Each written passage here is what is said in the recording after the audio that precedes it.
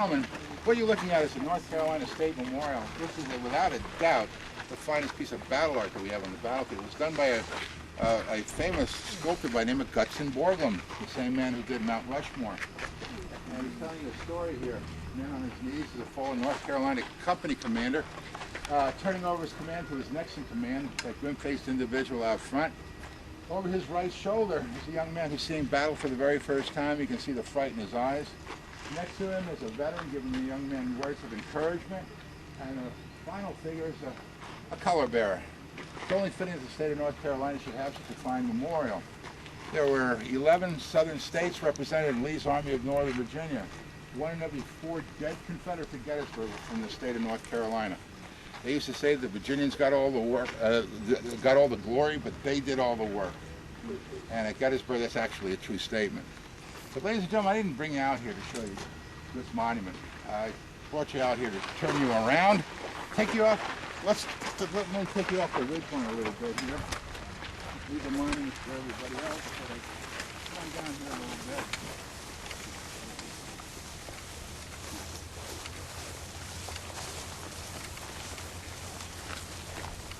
That's good. Okay. All righty.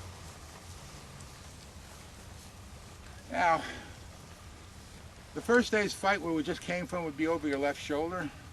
Union soldiers would be pushed through the streets of Gettysburg. If you look at that house, that's kind of facing a cemetery hill's right behind it. You can't see the green water tower behind those trees. Now, from there, that night there was no more fighting, but that night both armies continued to march to Gettysburg. The battle lines grow longer and longer and longer. Union battle line takes the shape of a 3-mile-long battle line in the shape of a hook.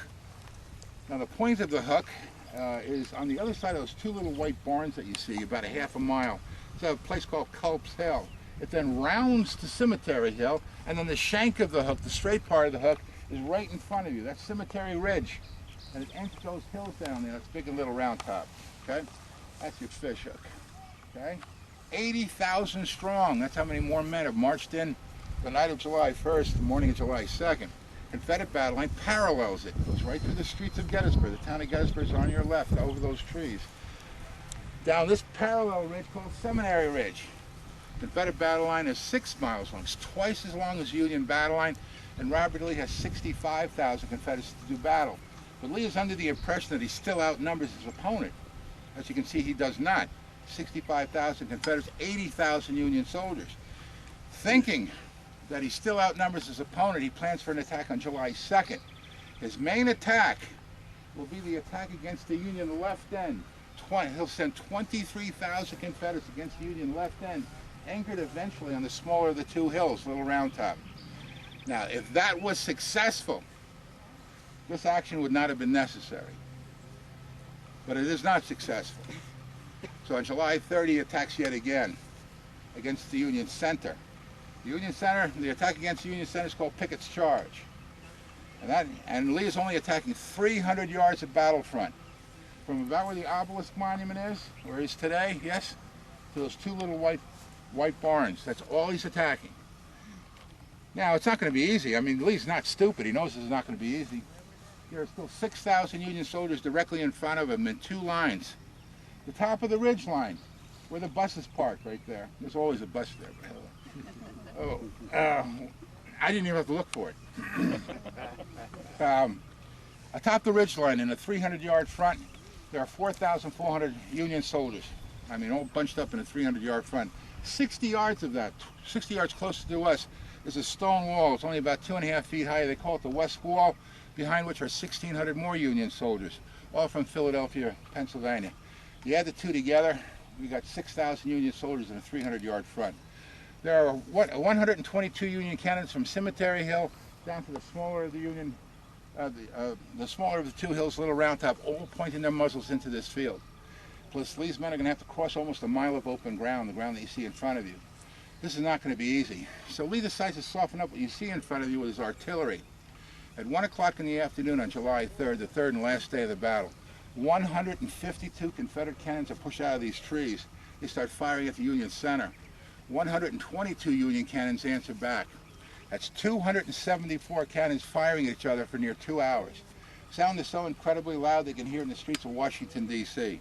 That's 82 miles south of here. Abraham Lincoln can hear at the White House. This goes on for 2 hours. At 3 o'clock, the guns grow silent.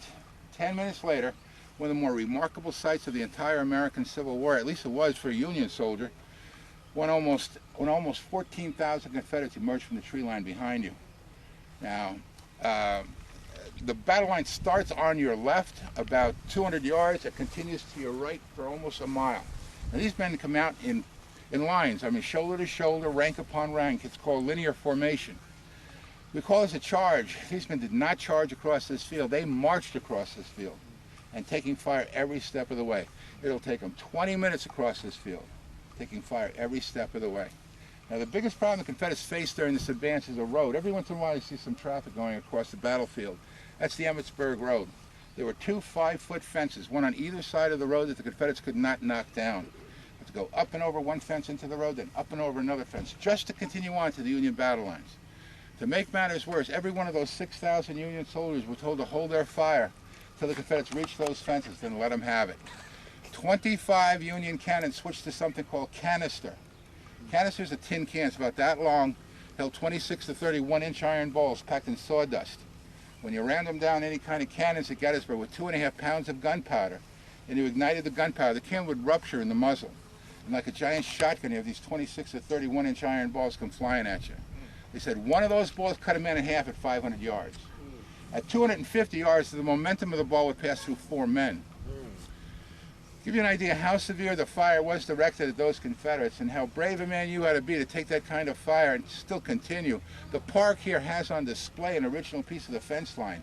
It's 3 inches wide, it's 8 feet long, has 268 bullet holes in it. They said there were heaps and heaps of dead Confederates on either side of either fence. After the battle, the victorious Union Army buried 522 dead Rebs just along the sides of the road. But yet they continued. Not all of them. Thousands of men stopped at the road. But thousands of men continued on, and they hit that first line of Union defense at the west wall. And in 5 minutes, it is a Confederate success. They'll create about 500 Union casualties at that first position and drive the better part of the other 1,100 men back 60 yards, where they reform at the top of the ridge with the rest of the Union battle line. But that's the line the Confederates are going to have to break through to show success. But it's at that point the Confederate advance stops. It goes aground. It's at this point that Union commanders swing out on both sides of the Confederates. Confederates find themselves in a box. It's called a double envelopment. Now being fired from the front and now from both sides, and they're not going anywhere. They're not getting anywhere. They may be 15 to 30 deep, but they're not going anywhere. Most of the Confederate commandery at this point has been shot away. Finally, the last line of Confederates are coming up from the direction of the road. A bunch of Virginians, under the command of a Virginia general by the name of Lewis Armstead. Armstead sees the Confederates have stopped. He's got to rally these men. He's got to push them forward. He'll take his general's hat off the top of his head, put on the tip of a sword, hold it aloft, move forward to these men, and shout, "Come on, boys, let's give them the cold steel, the bayonet. Who will follow me?" And he charges over the wall. About 300 Virginians charge with him. They get about halfway to the Union position when at least 1,000 Union rifles open up on him. Armstead is shot down. He'll die 2 days later of his wounds. And very few men who charge across that wall would recross that wall. So at this point, the rest of the Virginians at the wall will look to their left at other Confederates from other Confederate states like Tennessee and North Carolina and Mississippi and Alabama to see how those men are faring. Some of those men have been taking double charge of canister from Union cannons as close as 35 feet and are reeling from those blasts and retreating from those blasts. Then the Virginians look behind them to see if Lee is sending them any help. Lee had no help to send them. Then almost to a man, they turn on their heels and the retreat begins. Their retreat begins. Union artillery starts raking the Virginia lines as well. The advance, the attack, and retreat of Picketts' charge took less than an hour. It took 50 minutes. In 50 minutes, the Confederates lost 5,800 men in the fields in front of you. Union losses in the same time period, about 2,500 men. What you see here, in less than an hour, 8,300 casualties in the final assault made by Robert E. Lee at Gettysburg. It looks exactly the way it did 148 years ago. Any questions? Yeah, General, you're out of your mind. Yes, sir. Yes, sir. What about these fences? They would have been all taken down by the Confederates before they made their advance. These fences are as they were just prior to the battle. The only fences that they could not knock down were the ones so close to the Union battle position. And those fences were made by German Mennonites. You know anything about Mennonites, they built things to last forever. And some of those posts along the road were border fences, and not only that, cattle fences. They used to drive cattle into town down that road. They wanted them very sturdy. Confederates hit those fences, they couldn't knock them down, and they were now under fire. Yes? So if you were just walking with a metal detector, could you find Oh yeah, you certainly could. There were about 7 million shots, 64,000 artillery rounds, most of those the exploding kind, right? Shrapnel everywhere. I've taken groups across this field. Oh, well, I still do it 2-3 times a week. I do Picketts charge walks. I have found on those walks, I found a canister ball, that's cool, canister ball. I found a Virginia button. The only Virginians in this walk were from Picketts division. That's pretty cool. Yeah. Shrapnel in this field, bullets, Confederate and Union. Confederate bullet has 2 rings. Union bullet has 3 rings. So you know it's either Confederate. Why is that? Huh? With the Confederates, no, the Confederates made their own. Union soldiers, and a bullet mold was 2 rings. Union bullets were supplied and mass-produced with 3 rings around them.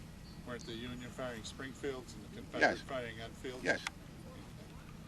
Why wasn't the Confederate artillery more effective? Well, a number of things. Number one, the Union battle line was only 80 yards wide, all right? And they had, unfortunately, they had brand new fuses from New Orleans, which were packed a little bit tighter than their old fuses were that they got from Virginia, and they were not field tested, and so they were burning longer. Okay, so it meant that as a result, they were overshooting and didn't know it. Smoke is very, very important, ladies and gentlemen, on this battlefield. They call it the Great Equalizer. Once you started firing, you couldn't see anything. So if you were making a mistake, you couldn't check it. You see what I'm saying? They did a survey in 1939 on this battlefield as to how much smoke was actually generated during the battle. And unbelievably, they came to the conclusion that 93% of everything you were looking at was completely obliterated by smoke. Only 7% could be seen, and only in silhouette. So you want something to put up on your wall about Picketts charge. You get a nice big white sheet of paper and put it in a real good expensive frame. Yes. So how far was visibility in the field? I just told you it was almost non-existent.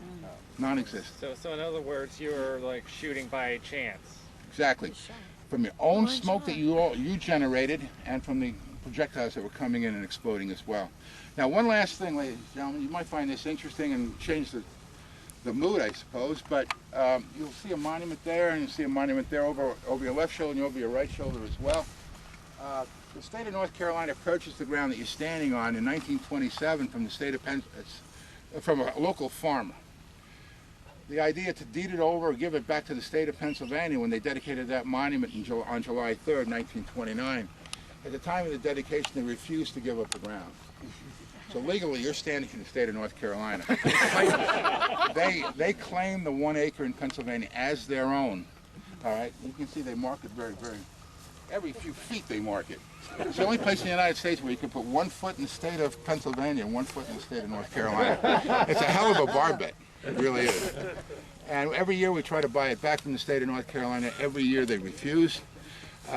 They pay a local contractor to come in here and cut the grass and to dig it out when it snows. The park's not allowed in here. So are we trespassing? Yeah, well, no, not trespassing, but I am telling you the truth. It's the only place. They claim this acre in Pennsylvania as their own, and they're very, very proud of it. So you take your photos, ladies and gentlemen, come back to the bus.